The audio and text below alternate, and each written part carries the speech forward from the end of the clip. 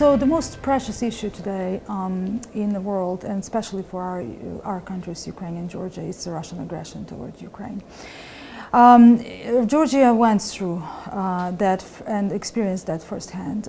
What kind of lesson Georgia learned from that experience, and what should Ukraine be aware of today? Well, it's a very good question. What lesson did all of us learn in 2008 when Russian regular army has marched into independent and sovereign Georgian soil and has occupied 20% of our territory, has made hundreds of thousands of Georgian citizens refugees in their own country, that has changed the status of a sovereign country and created two quasi-independent states on our territory. That was 2008 August. What did we all learn, or what did we all do from 2008 till 2014 when the same scenario was rolling in Ukraine? I don't think that we did our homework, neither of us.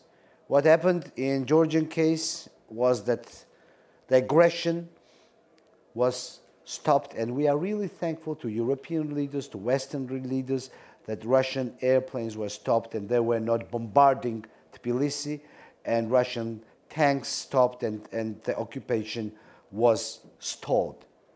But during these 6 years, the issue of Georgia, the issue of a sovereign, peaceful neighboring country to a super nuclear power, was forgotten.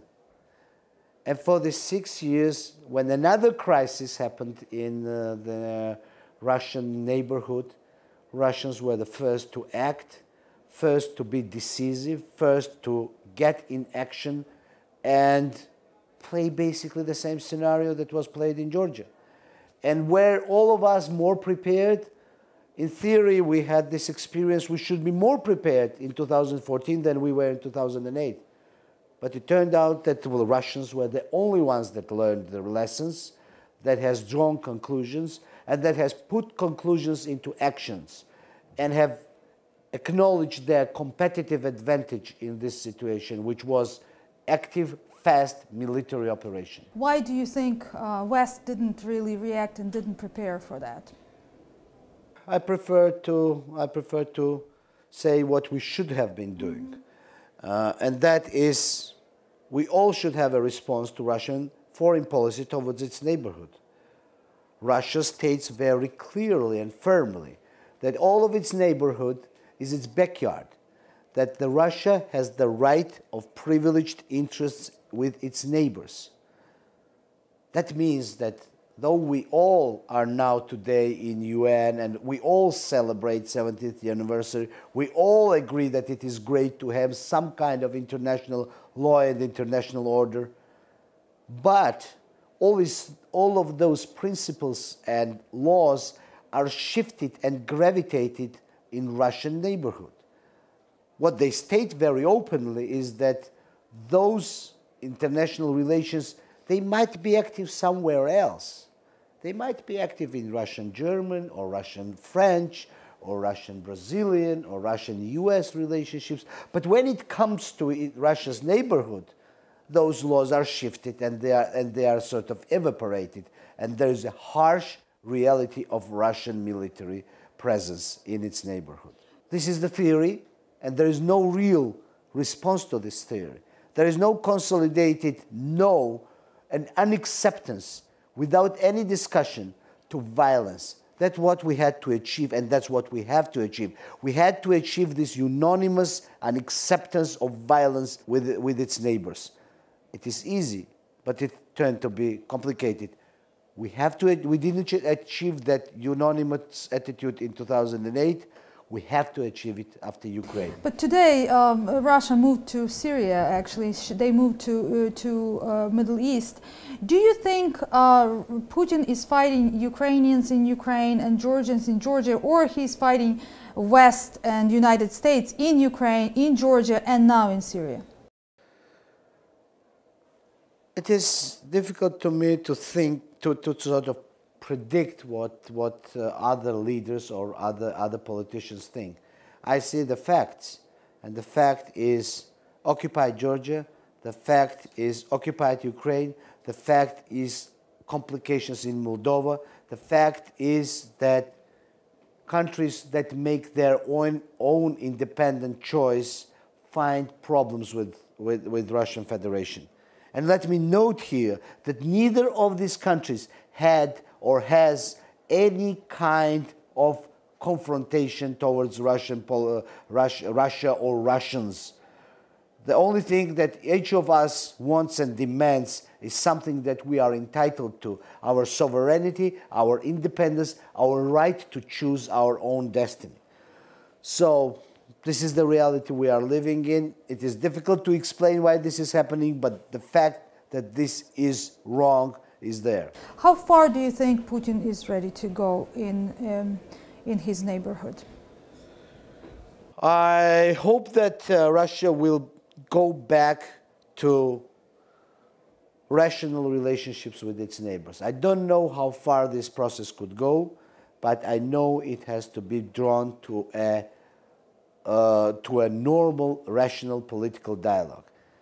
Russia has to sit down at a table with Ukrainians, with Georgians, with Moldovan, with Azerbaijan, with Armenia, with all of its neighbors, with Belarus, and discuss peaceful, friendly cooperation, collaboration, all the projects that we can develop together. And the main starting point for these discussions should be respect of these nations, their territorial integrity and their sovereignty. And this is good for Russia, this is good for its development, this is good for overcoming the problems that Russia has and building a more prosperous and peaceful community. It's definitely good for Russia, but it doesn't look like Putin is ready to commit to that. Do you think that it's possible to have a rational relationship with Russia when Putin is in charge of the country? We had and we will have rational relationships with Russia. We will be targeting to that. We are people who know each other, who respect each other, who respect each other's cultures, who admire personal and cultural relationships, who have great opportunities in trade, in tourism, in building joint projects. So I believe that that is the point that we will come to. And the faster political leaders start thinking and acting in interest of their people, the faster the solutions will come. Neither of the problems that we are discussing has brought any kind of solution of Russian problems to Russian citizens. The bread and butter on Russian citizens' table did not appear when Tskhinvali was occupied. A better future did not appear in, I don't know, any Russian city when Crimea was occupied. A better future did not appear there when Abkhazia was occupied. Russian problems for demographics, for reforming the economy, for reforming the government, they are not solved in occupying Ukraine or Georgia or creating problems in Moldova. I argue that even they are furthered in those cases. So if Russians start talking in context of Russian interests, in context of citizens living, I don't know, in Tomsk or other, in Khabarovsk or in other Russian city, in interest of these people, then I believe we have great solutions for all the problems that we are facing right now. Let's talk about the interest of Georgia and Ukraine now. Georgia and Ukraine are inspired to be closer to Europe, to integrate with Europe. Do you think, let's say, start with Georgia, do you think Georgia is ready to join NATO, and is NATO ready to accept Georgia, and how close we are to that goal? Georgia is definitely ready to join NATO, and not only politically, but in many instances. Georgia's democracy is furthering, it is deepening and broadening, and we are building and strengthening our democratic institutions. Georgia's army is right now considered one of the most compatible armies of non-NATO forces around the world, together with 5 other countries. Georgians have taken responsibility for international peace and security and paid their lives in Afghanistan and other places. So Georgians are really ready, and they deserve to be to share the security umbrella to which they have committed their men and women in uniform. Now, is NATO ready? NATO is in a phase, in a conservative phase of its development. The Ukrainian crisis, I believe it has shocked NATO, and NATO is still digesting and rethinking and re-evaluating its attitude towards Russia and towards the security environment.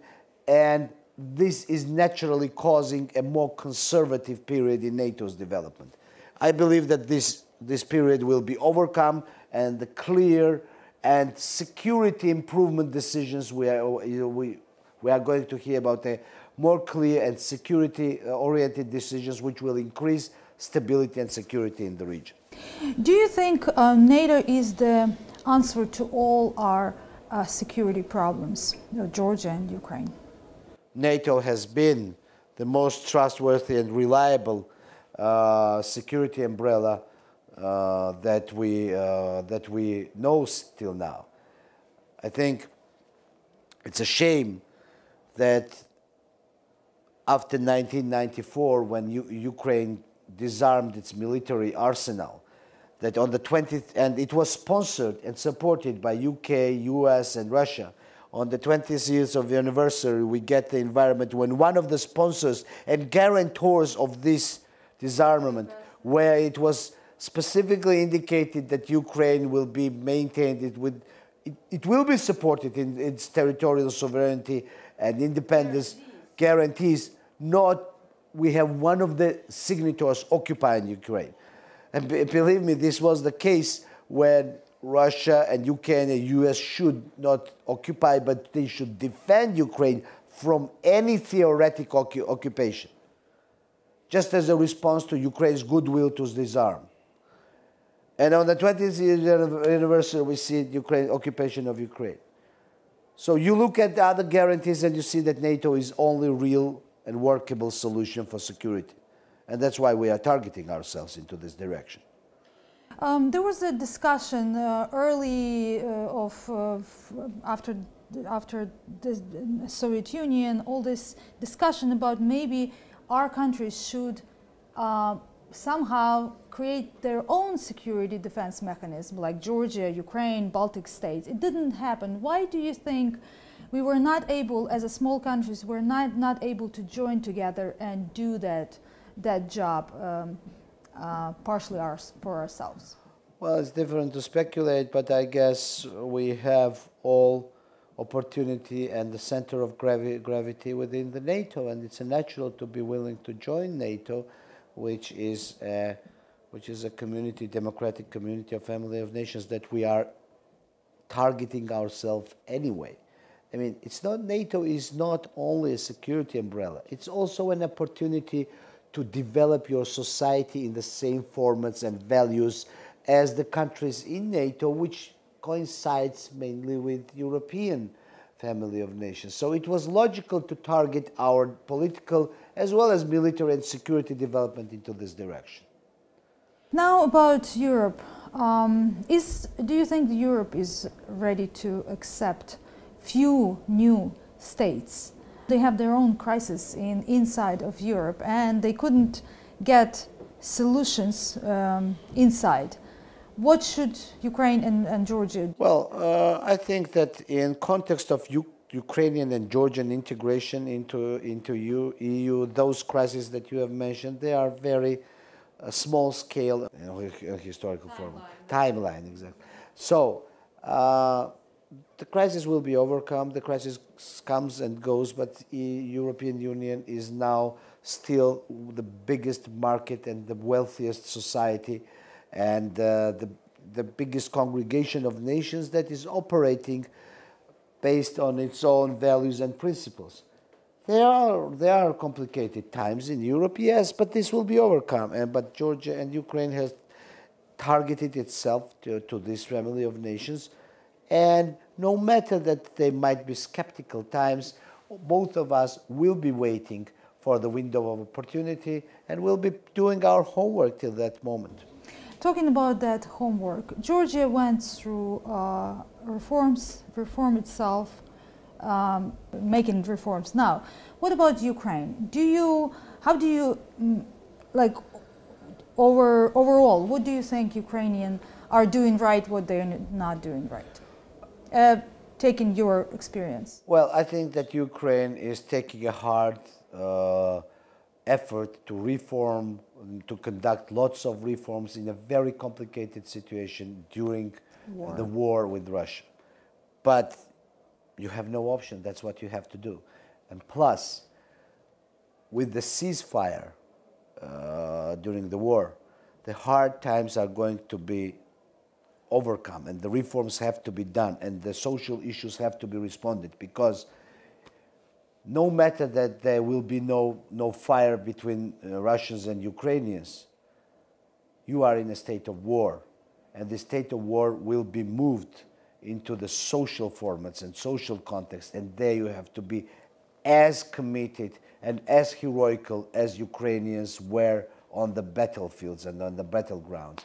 This war has to be won not only with the cannons, but also with reforms that you have to conduct. And we are supporting Ukraine in its fight for its statehood and independence.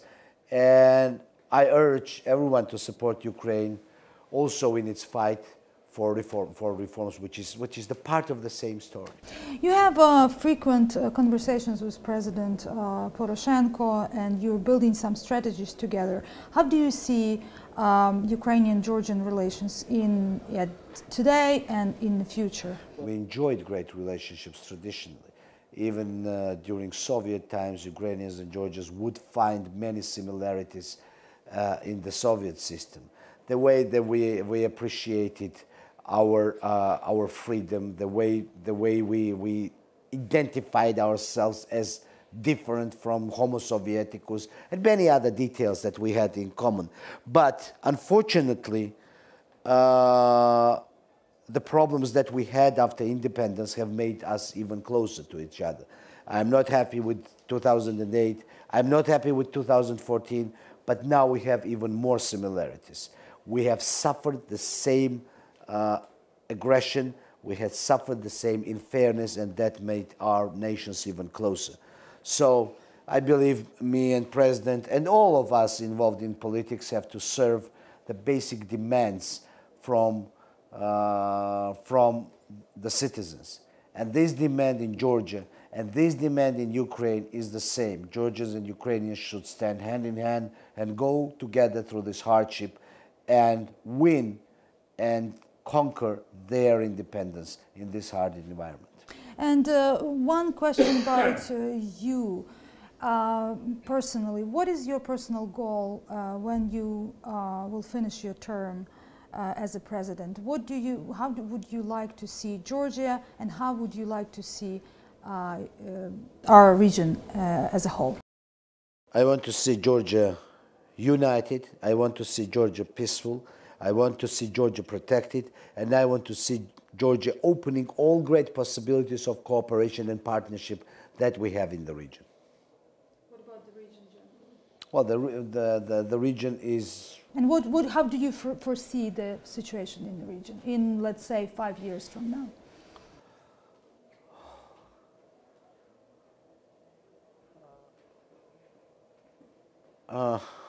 It's a difficult task to make predictions.